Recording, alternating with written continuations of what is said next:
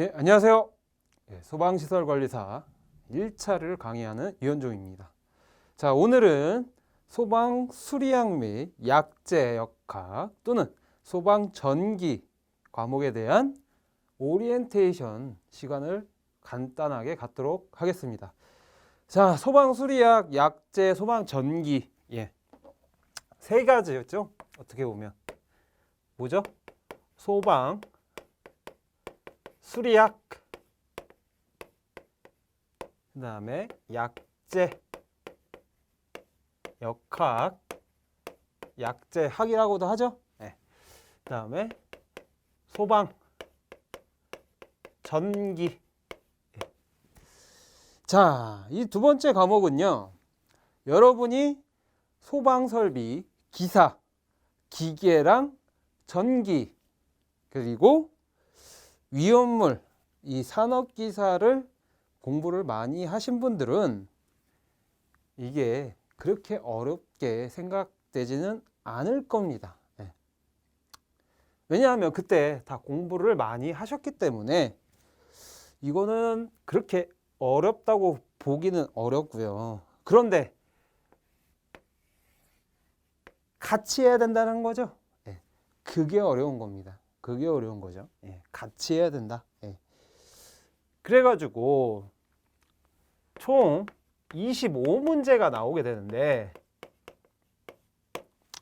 대략적으로 소방 수리학은 10개에서 한 12문제, 최대 12문제까지 나오고요.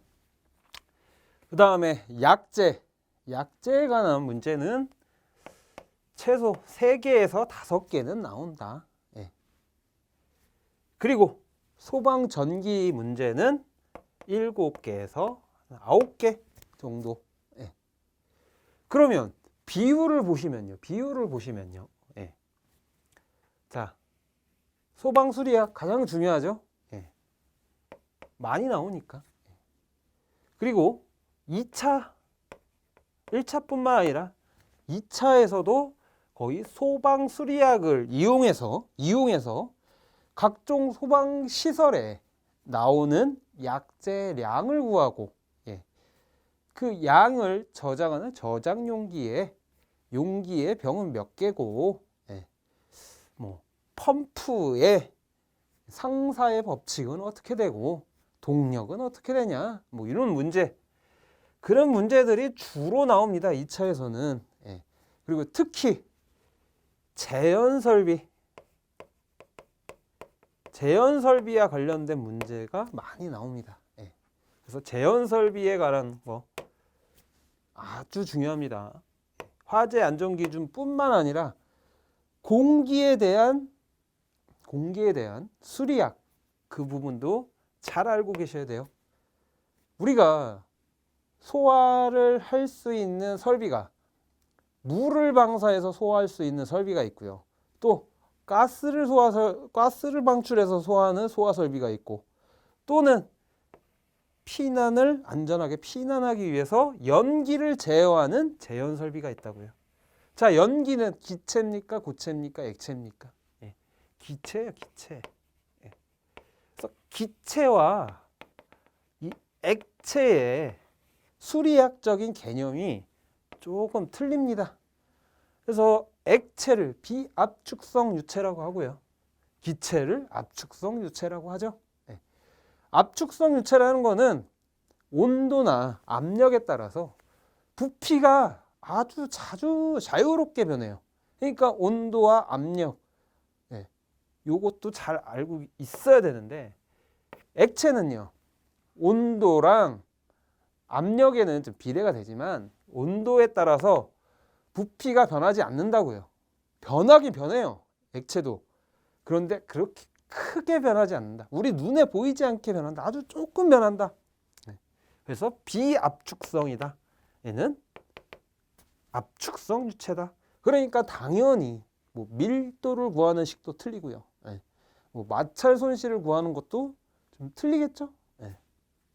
그런데 비슷한 게 많고, 뭐 내용이 그렇게 큰 차이는 없는데, 뭐 설치하는 방법 이런 게 좀 많이 틀리죠. 예. 그래서 소방 수리학 우리가 이제 2차에서는 설비에 대한 수리학 개념을 이용해서 설비에 대한 문제를 푸는 건데 1차에서는 어떤 게 나오냐? 1차에서는 어떤 게 나오냐? 자, 첫 번째. 예. 자, 우리가 유체라는 이론을 좀 배우게 됩니다. 유체 이론이죠. 예. 그래서 유체는 뭐가 됩니까? 액체, 고체, 기체 중에 액체와 기체를 유체라고 하죠. 기체와 액체를 유체라고 한다. 고체는 아니죠. 예. 그래서 유체라는 거는 어떤 힘을 주게 되면 그 힘에 따라서 이 물질이 변화가 돼요. 변화.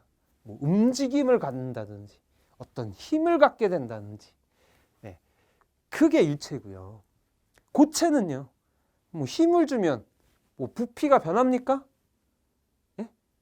제가 뭐 이 분필을 이렇게 탁 쳤다고 해서 이 분필이 막 움직여요? 모양이 변해요? 그렇지 않다고요. 네. 그래서 유체라는 거는 우리가 소방에서 가장 많이 사용하는 물 소화 약제, 특히 물에 대한 이 물의 개념을 잘 알고 계셔야 된다고요. 물. 네. 그 다음에 가스. 네. 그 다음에 공기의 흐름. 네. 이런 거. 네. 그래서 처음에 나오는 이 유체는 뭐 유체에는 뭐가 있고 어떤 종류가 있고 단위는 어떻게 변환을 하는지. 그래서 단위에는 절대 단위가 있고요. 그다음에 중력 단위가 있죠. 그래서 단위 변환에서는 중요한 게 내가 절대 단위에서 중력 단위로 바꿀 수 있느냐. 예. 또는 중력 단위를 절대 단위로 바꿀 수 있느냐. 이런 단위 변환 문제가 아주 기초적으로 나올 수가 있고요. 예. 그러면 절대 단위를 표현하는 차원이 있어요. 차원. 예. 예. MLT라고 하죠. 예. 예. 중력 단위 차원은 어떻게 표현하죠? FLT로 표현을 한다. 예. 그러면 이 차원을 왜 할까? 왜 차원을 공부를 해야 되느냐? 자, MLT로 나왔으면 그래. 너는 절대 단위로 표현을 했구나. 밀도를 예로 들겠습니다. 밀도를 MLT로 표현을 했어요. 차원을. 그러면 너는 절대 단위 밀도구나. 그런데 차원이 FLT로 표현이 됐어요. 그러면 넌 밀도가 중력 단위 차원으로 표시가 되어 있구나. 네. 그래서 절대 단위는 우리가 고유 질량 킬로그램으로 나타내고 중력 단위는 킬로그램 폴스로 나타내죠. 네. 네. 뭐 이런 게 나올 수가 있습니다. 기초적으로 아주 기초적으로. 네. 네. 그리고 우리가 두 번째 배워야 될 거는 크게 우리가 3대 뭐 역학이라고 하죠. 예. 그래서 정역학이라고 있어요. 예. 우리 책에는 이렇게 분류가 안 되어 있는데 크게 유체 소방 수리학을 배울 때 정역학이라는 걸 배웁니다. 정역학이라는 것은 뭐냐? 예. 물이나 어떤 액체가 어떻게 되어 있다? 정지되어 있을 때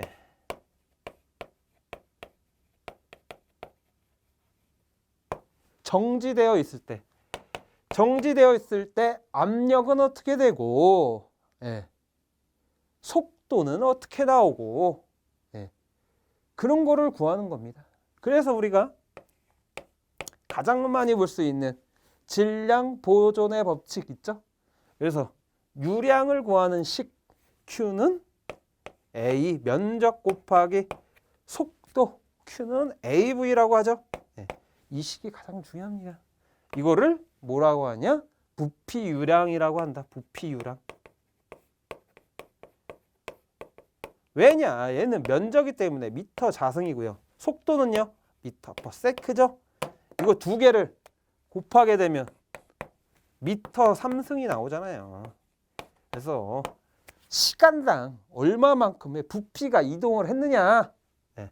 그거는 처음과 끝은 이동한 부피가 같다라는 그런 개념이죠. 그래서 A1, V1은 A2, V2와 어떻게 된다? 같다. 예. 예. 여기다가 부피 유량에다가 밀도만 곱해주면 뭐가 됩니까?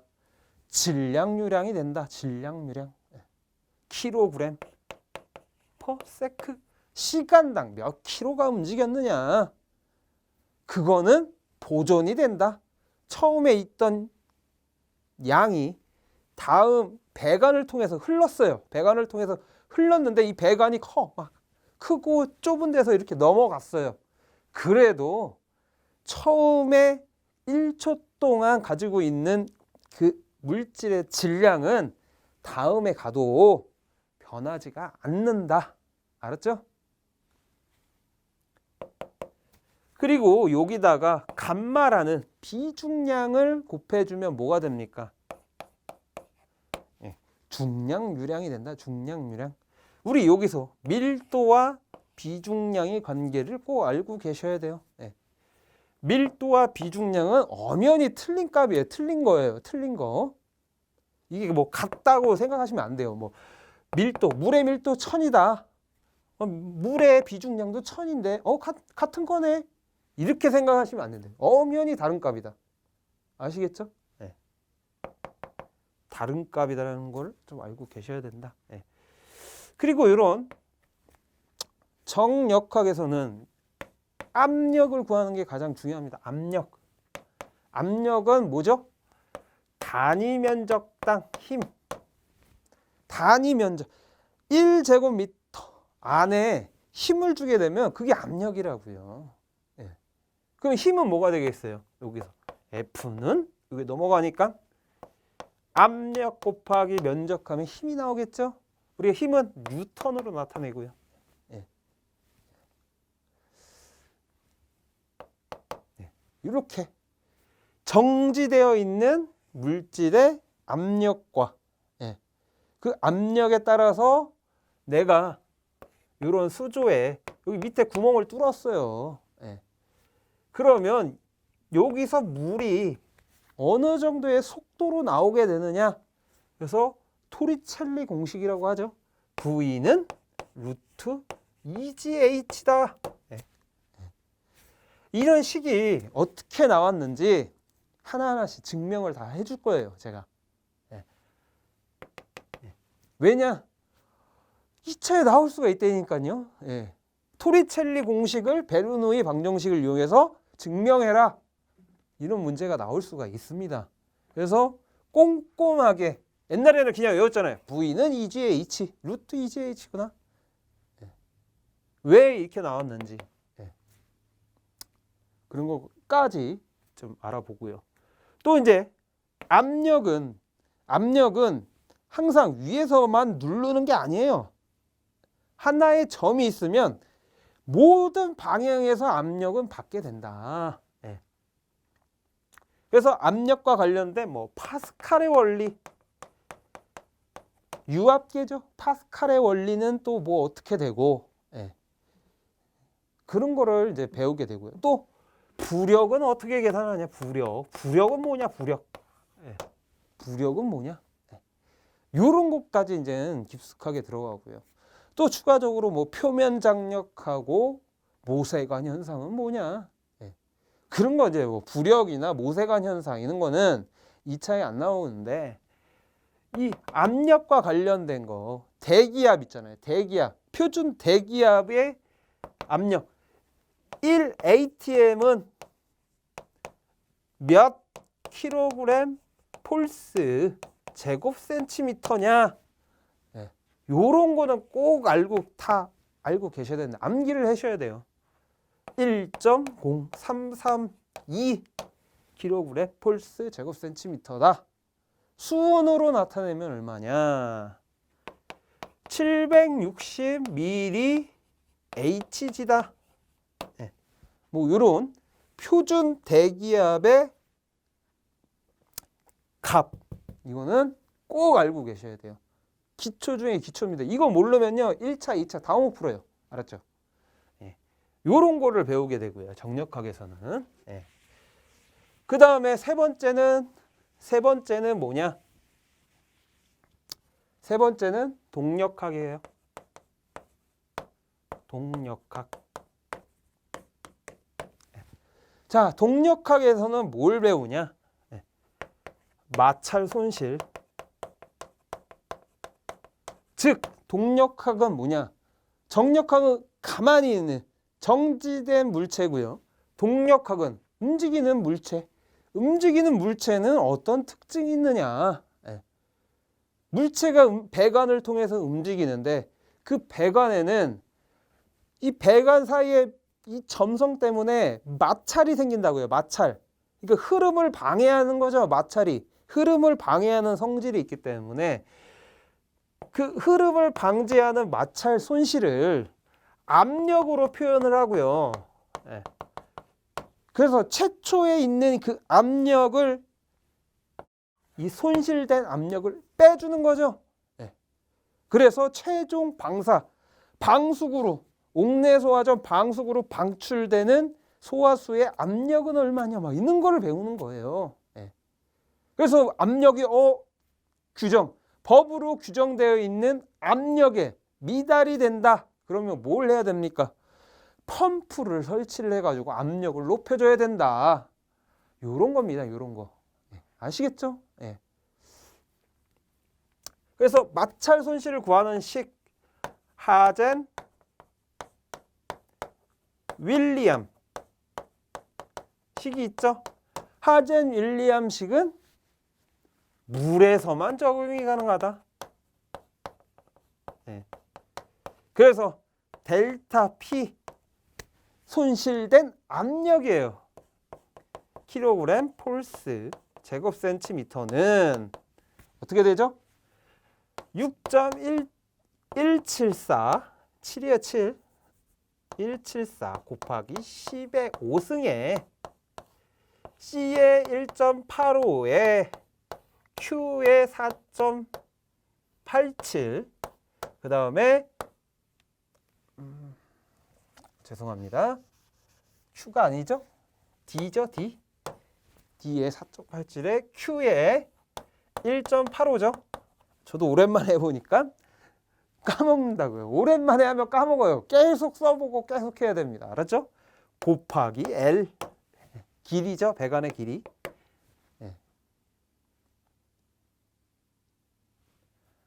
이렇게 이게 하젠 윌리엄 식이고요. 요 단위가 메가파스칼로 바뀌면 요 값이 6.053이 된다.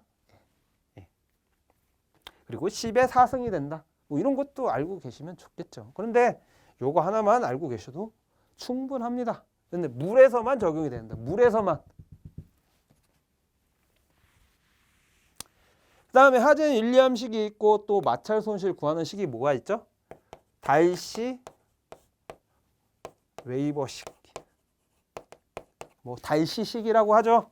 그래서 얘는 단위를 잘 보셔야 돼요. 마찰 손실을 델타 H라고 해서요. 수두로 표현합니다. 마찰 손실을. 그래서 미터예요. 미터. 원래 미터인데 원래는 여기에 H2O가 생략이 된 거죠. 수두. 물의 높이.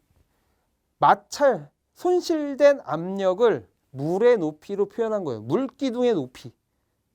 물기둥은 얼마만큼 압력을 가해주느냐. 이걸로 바꿔준 거라고요. 그래서 표준 대기압 이거를 바꿔주게 되려면 표준 대기압 다 알고 계셔야 된다고요. 이거는 마찰계수라고 하죠. F 곱하기 관경에다가 길이의 2G V 자승이죠. 이런 거 이 식은 무조건 이거 모르면 큰일 나는 거예요. 이거 두 개 다 모르면 큰일 나는 거예요. 무조건 알고 있어야 된다. 동력학에서는 마찰 소신 구하는 거. 또 두 번째 뭐죠? 가장 중요한 베르누이 방정식. 이것도 잘 알고 계셔야겠죠? 감마 P1은 P1 플러스 정합이죠. 네. 그 다음에 이지 V 자승은 플러스 Z1 네. 는 감마 P2 플러스 이지의 V 자승이 Z 자승이다. 예. 처음에 갖고 있는 이 총 에너지, 뭐 위치 에너지, 압력 에너지, 1 에너지, 이거는 총합은 어떤 물질이 이렇게 흘러도 처음에 갖고 있는 에너지를 그대로 가지고 올라간다. 그 대신 위치 에너지는 어떻게 되죠? 올라가는데 그 대신 속도나 이 1 에너지는 떨어진다. 하지만 총량은 같다. 어디서? 이상. 아주 이상형 할 때 그 이상형 있잖아요. 이상형? 좋은 거. 이상형. 이상기체. 이상유체. 예. 이상적인 유체에서는 요게 존재하는데 이상적이가 아니고 내가 실제적으로 한번 가본 거예요. 실제로. 실제 유체에서는 뭐가 있다? 마찰 손실이 있다. 손실값이 있다. 그래서 플러스 델타 H라는 마찰을 더해주면 갖게 된다. 이런 거죠. 그래서 이 델타 H는 어떻게 구한다? 아까 마찰 손실 구하는 이 두 개의 식으로 구하면 된다. 그리고 이 베르누이 방정식이 왜 이렇게 나왔는지 간단하게 제가 수업 시간에 증명을 드릴 겁니다. 알았죠? 그래서 이 베르누이 방정식을 왜 배우냐? 왜 소방에서 왜 배우냐? 이게 이제 공부를 하신 분들은 알 거예요. 우리 이제 5단원에서 가면 옥내 소화전에 H값 뭐라고 하죠? 전양정은 어떻게 되냐? H1 플러스 H2 플러스 H3 플러스 그다음에 방사압력 H4죠. 방사압력 수도. 방사되는 압력을 물기둥 높이로 표현한 게 수도예요. 그래서 미터로 다 나옵니다. 이게 뭐죠? 호스 마찰. 요거는요. 배관에서 흐름을 방해하는 배관 마찰. 이거는요. 높낮이에 따른 실양정. H4는 노즐에서 방사되는 방사압력. 이거를 다 더하게 되면 전양정이 되는데. 그죠? 이 전양정 이 공식이 여기서 나온 거다. 제가 요거를 증명을 해 드릴 거예요. 알았죠? 요런 거 중요하고요.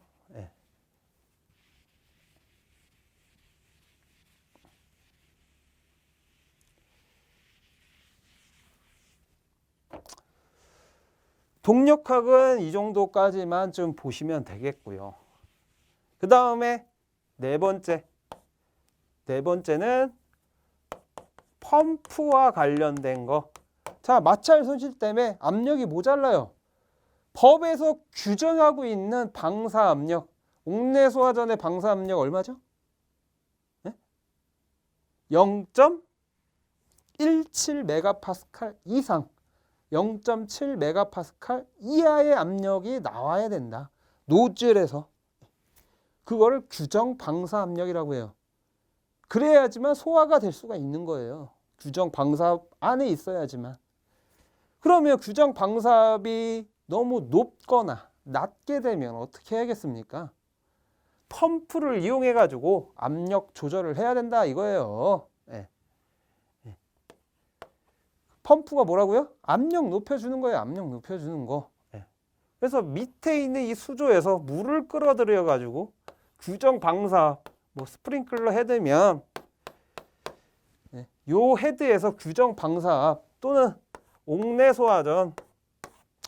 옥내소화전에서의 방사 압력을 맞춰주는 게 펌프다. 알았죠? 그래서 이 펌프와 관련된 이상현상, 여기서 말하는 이상은 이상한 사람을 말할 때, 아, 저 사람 이상한 사람이다 할 때 그 이상입니다. 알았죠? 이상형 할 때 이상이 아니고 나쁜 현상 이런 거죠. 그래서 뭐 수격 현상, 맥동 현상, 캐비테이션이 발생되는 현상, 공동 현상, 뭐 요런 거, 이런 거는 말 문제로 나올 수가 있습니다. 1차에서요. 이런 거, 이 현상에 대해서 배우게 되겠고요. 그 다음에 우리가 유량이 얼마냐를 측정하는 유량계가 있는데, 이 유량계의 종류, 벤츄리 유량계가 있죠. 그 다음에 오리피스 유량계가 있는데, 그 벤츄리 유량계와 오리피스 유량계의 원리는 뭐고, 그거를 증명을 해라, 식을 증명해라, 뭐 이런 게 나오겠죠. 그리고 하나 중요한 거 안 했네요. 펌프의 동력은 어떻게 되냐? 감마 어떻게 되죠? QH죠. 여기에 102로 나누는데 수동력이죠. 수동력. 왜 102로 나눌까요? 왜 102로 나눌까요? 왜? 이런 거를 배웁니다. 알았죠?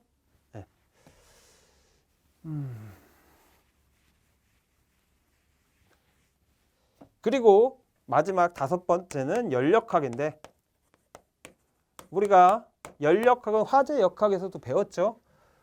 전도, 대류, 복사 관련된 식. 그리고 연력학 0법칙, 1법칙, 2법칙, 3법칙은 뭐냐? 그래서 연력학에서 1법칙에서 엔탈피 델타 H는 내부 에너지 플러스 1의 변화다. 뭐 이런 공식. 그래서 4개의 과정이 있죠. 등원 과정, 등적 과정, 등압 과정, 단열 과정에서의 내부 에너지 변화는 어떻게 되느냐, 이런 거를 배우게 될 겁니다. 아시겠죠? 그리고 뭐 다 배웠던 뭐 비열을 이용해서 물 1g이 방사를 해서 소화를 하는데 그때 필요한 열량은 얼마냐? 똑같은 거죠. 어떻게? 현열하고 기화열, 잡열을 더해준다라는 거죠. 뭐 이런 거 구하는 거에 대해서 이제 배우게 될 겁니다. 그리고 단열 압축식 꼭 알아두시고요. 이렇게 해서 소방 수리학이 끝나는데, 소방 수리학 할 때 기본 공식을 모든 공식을 증명하기는 좀 힘들어요. 내용도 많고요. 그 대신 공식은 알고 있어야 된다. 그래야지 쉽게 풀려요. 그리고 문제를 많이 풀어 보셔야 됩니다. 알았죠? 문제 많이 풀어 보셔야 됩니다.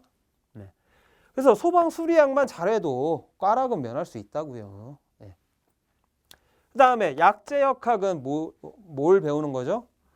우리가 소화 약제로 사용하는 종류, 물 있죠, 물. 그 다음에 뭐 있죠? 물. 그다음에 CO2, 할론, 그 다음에 청정이 있는데, 청정이 이름이 바뀌었죠? 할로겐 화합물 및 불활성 가스 소화 설비죠. 그래서 저는 할불이라고 적겠습니다. 그리고 분말이 있죠. 요런 약재, 뭐 하나가 빠졌는데, 포가 빠졌죠. 포. 이런 약재들은 어떤 특징을 갖고 있느냐? 왜 소화 약재로 물을 많이 사용하느냐? 왜? 수소결합. 뭐냐? 전기 음성도에 따른 수소 결합 때문에 물의 증발 잠열이 높은 거다. 왜냐? 끊기가 힘들어요. CO2는 산소 농도를 약 15% 이하로 낮춰서 질식 소화하는 거죠. 그래서 CO2 이 공식 CO2의 농도 구하는 공식과 CO2의 양 부피는 얼마고 그리고 또 CO2의 특징 그런 거 나오겠죠. 질식 우려가 있기 때문에 어떻게 된다? 피난을 해야 된다. 이런 거 간단한 거 다 소방 안전관리론 우리가 첫 시간과 연관이 있는 내용입니다. 쉽습니다. 그 대신 이건 무조건 다 맞아줘야 돼요. 알았죠? 그 다음에 한론의 특징은 뭐고 할로겐 화합물 및 불활성 가스 소화 설비의 특징은 뭐고 종류 있죠? 우리 기사 때 이 종류 대충 IG 이너젠 가스만 4개만 암기하고 있으면 써라. 청정소화 약재의 종류 4가지만 써라 하면 이거 4가지 썼잖아요. 이제 그렇게 하면 안 된다고요. 다 암기 다. 올. 어떤 것까지? 분자식, 그 다음에 명령법 이런 것까지 다 암기를 해야 돼요. 알았죠? 왜냐? 2차에 나왔어요. 청정소화약제의 종류를 다 쓰고 분자식을 써라. 이런 게 나온다고요. 그래서 이제 할론이랑 CO2의 약재량 구하는 거 그리고 분말은요. 우리가 1종, 2종, 3종, 4종 분말이 있는데 이 분말의 분해 반응식 특히 3종 분말의 분해 반응식 해가지고 메타인산, 올소인산이 나오는데 그거의 특징은 뭐냐? 이런 게 나온다고요. 그 다음에 포소화 약재는 어떤 성질이 있고 종류는 뭐냐? 이런 거. 그리고 이제 소방 전기는 무엇을 배울 거냐 하면요. 간단합니다. 우리 소방 전기에 너무 많은 시간을 투자하면 안 돼요. 왜냐? 소방 전기는요. 2차 시험에서 거의 안 나와요. 거의 안 나오기 때문에 좀 기본적인 거 나오긴 나와요.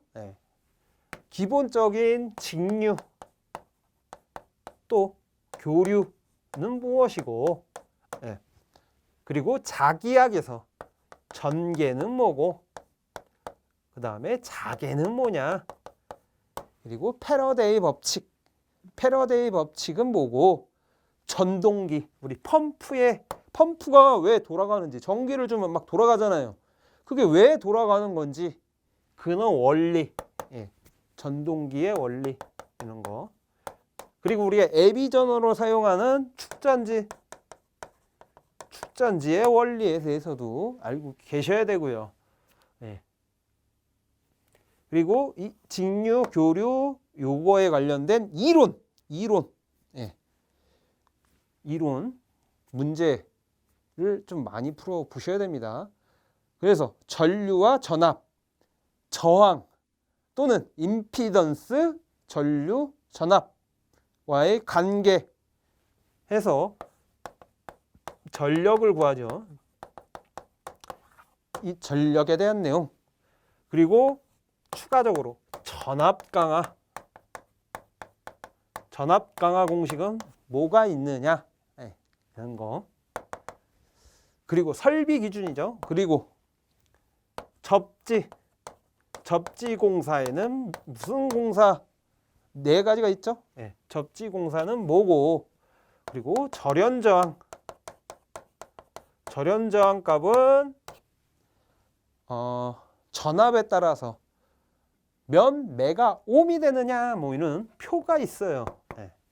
그리고 전선은 항상 배관 안에 전선을 놓기 때문에 그런 배전관 공사를 할 때 어떻게 공사를 해야 되느니 그런 거에 대해서 배우고요. 2차에서는 지금까지 기사에서 나왔던 가닥수 구하는 문제 있죠. 가닥수 구하는 문제가 지금까지 한 번도 나온 적이 없어요. 관리사에서요. 그래서 가닥수 나올 수가 있으니까 가닥수 이것도 또 다시 암기를 하셔야 된다고요. 가닥수 구하는 거. 그런데 1차에서는 이 가닥수 구하는 걸 안 합니다. 알았죠?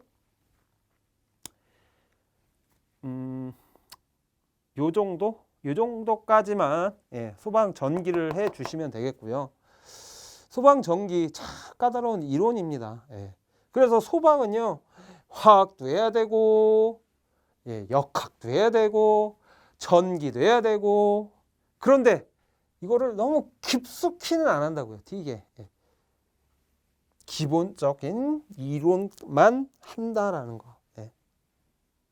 그래서 소방이 어려운 거예요. 소방이 어려운 이유 많이 해야 된다. 이것저것.